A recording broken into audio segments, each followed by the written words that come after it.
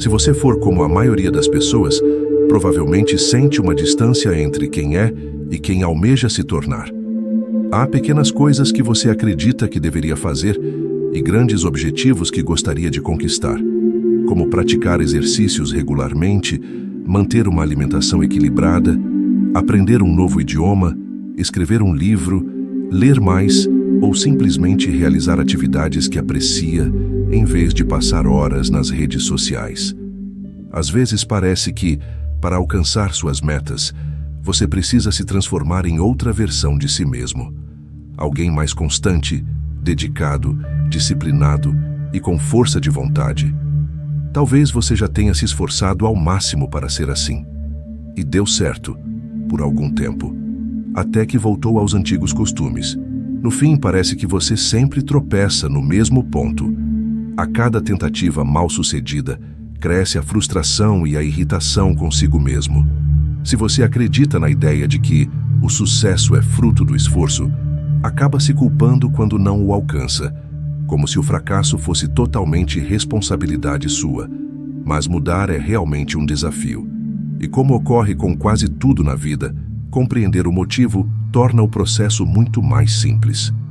Imagine seu cérebro como uma floresta densa e vibrante. Mover-se dentro dela para tomar uma decisão é como tentar abrir caminho na mata. É difícil e exige muita energia. Seu cérebro detesta gastar energia. Então, desenvolveu uma estratégia. Todas as suas ações e comportamentos criam trilhas nessa floresta mental. Quando você começa a fazer algo novo, pisa sobre a vegetação, abrindo pequenas passagens improvisadas. Quanto mais vezes repete o mesmo comportamento, mais marcada essa trilha se torna. Com o tempo, ela se converte em um caminho nítido e você passa a utilizá-lo com frequência, até que vira uma estrada larga. Com os anos, algumas dessas estradas se tornam tão largas e confortáveis que caminhar por elas é fácil, familiar e seguro. Quanto mais definidas, mais você tende a segui-las. Em outras palavras, tendemos a repetir os mesmos padrões. É por isso que a mudança é tão árdua, principalmente na vida adulta, quando nossa floresta interna já está cruzada por muitas vias consolidadas. Para compreender como essas rotas são construídas, precisamos diferenciar rotinas e hábitos. Uma rotina é uma sequência de ações realizadas sempre da mesma forma, porque funcionam bem assim. Por exemplo, ao preparar seu prato favorito, você usa os mesmos ingredientes na mesma ordem para alcançar o sabor ideal. Ou, antes de dormir, programa o despertador para 6h30, pois é o horário em que precisa levantar-se. As rotinas são conduzidas de forma lenta e analítica, por um planejador sábio, aquele responsável por elaborar estratégias e cálculos mentais. Esse planejador está atento ao futuro e reflete cuidadosamente sobre o tipo de resultado que você deseja. Com base nisso, escolhe ações para conquistar resultados específicos, mesmo que desconfortáveis, como tomar banho logo ao acordar. As rotinas podem se transformar em hábitos, o que soa muito mais simples. Um hábito é uma sequência de comportamentos executados automaticamente, algo que você faz com tanta frequência que o cérebro entende como a melhor resposta para determinada situação. Um hábito é como se o piloto automático assumisse o controle. Você não precisa se convencer a agir, simplesmente age. Os hábitos são ativados por gatilhos, pistas de contexto que podem ser únicas ou múltiplas e que sinalizam ao cérebro o momento de iniciar determinada ação. Você já possui inúmeros gatilhos no dia a dia, quando vê o celular e desbloqueia a tela, quando coloca o cinto de segurança ao entrar no carro, ou quando toma café antes do trabalho e come um biscoito, mesmo sem fome. Os hábitos são controlados por uma criança impulsiva. Ela segue seus desejos imediatos, reagindo ao ambiente ao redor, sem pensar nas metas de longo prazo. Para essa criança, o futuro não existe, e ela detesta esforço. Ao perceber um gatilho, ela o direciona para o caminho mais fácil e gratificante do cérebro, aquele mais familiar. Vai tomar um café? A criança também vai querer o biscoito, porque é o que você sempre faz. Esse sentimento de recompensa instantânea explica como a maioria dos maus hábitos se forma. O chocolate é delicioso e navegar nas redes por alguns minutos é prazeroso. Por isso repetimos essas ações, mesmo sabendo que não fazem bem. O prazer associado à ação precisa ser revivido, e é assim que nasce um mau hábito.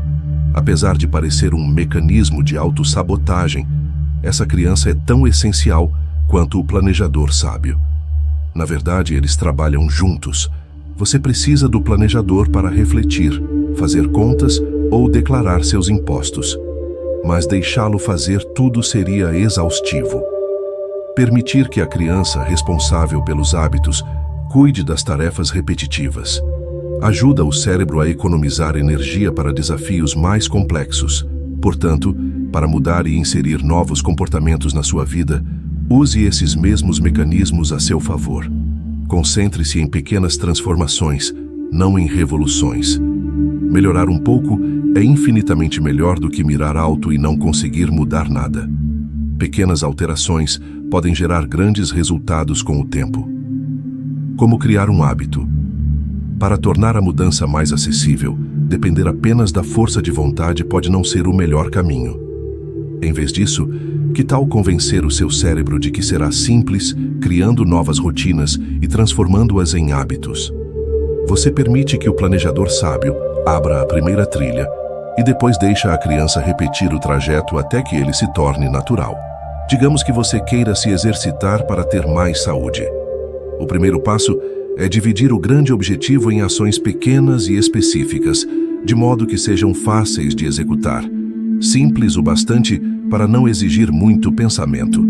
Por exemplo, uma ação prática pode ser fazer 10 agachamentos todas as manhãs. Assim, você cria uma rotina com gatilhos claros que a criança usará depois.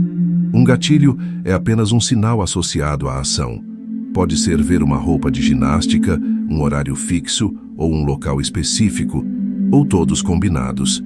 O essencial é realizar a ação sempre no mesmo contexto. Esse gatilho funciona como o botão iniciar, que dispara o comportamento automaticamente. Para estabelecer o hábito de treinar em casa, use sua roupa de ginástica, no mesmo lugar e horário. Por exemplo, na sala às 8 horas da manhã. Tendo o gatilho e a ação, basta repeti-los diariamente. Com o tempo, isso evolui de uma rotina para um hábito, de uma trilha para uma estrada. Você ainda gastará energia para fazer os agachamentos, mas a decisão parecerá menos uma obrigação e mais uma parte natural do seu dia. Embora seja simples, não é fácil. Muitas das coisas que queremos transformar em hábitos não trazem prazer imediato, como as redes sociais. Para facilitar a repetição da nova ação, tente torná-la mais agradável. Não necessariamente oferecendo uma recompensa depois, mas tornando o próprio processo prazeroso. Ouvindo um podcast enquanto se exercita, por exemplo. Você precisa descobrir o que melhor funciona para você. O tempo que leva para a criança assumir o controle e consolidar um hábito varia bastante. Depende do que você deseja mudar, da sua personalidade, do nível de estresse e de outros fatores.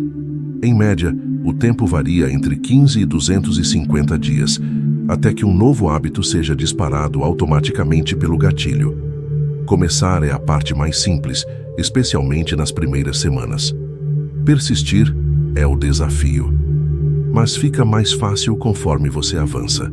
Não existe fórmula mágica para a mudança, mas a ciência dos hábitos mostra que ela é possível, não importa a idade. Mesmo que você melhore apenas um pouco, isso já é um grande progresso. Ser um pouquinho mais saudável ou mais consciente é infinitamente melhor do que permanecer infeliz e não mudar nada. No fim das contas, a mudança é uma jornada, não um destino. Crie um diário de hábitos. A proposta é acompanhar o desenvolvimento do hábito até o comportamento desejado. Faça um guia passo a passo para superar as partes mais difíceis do processo.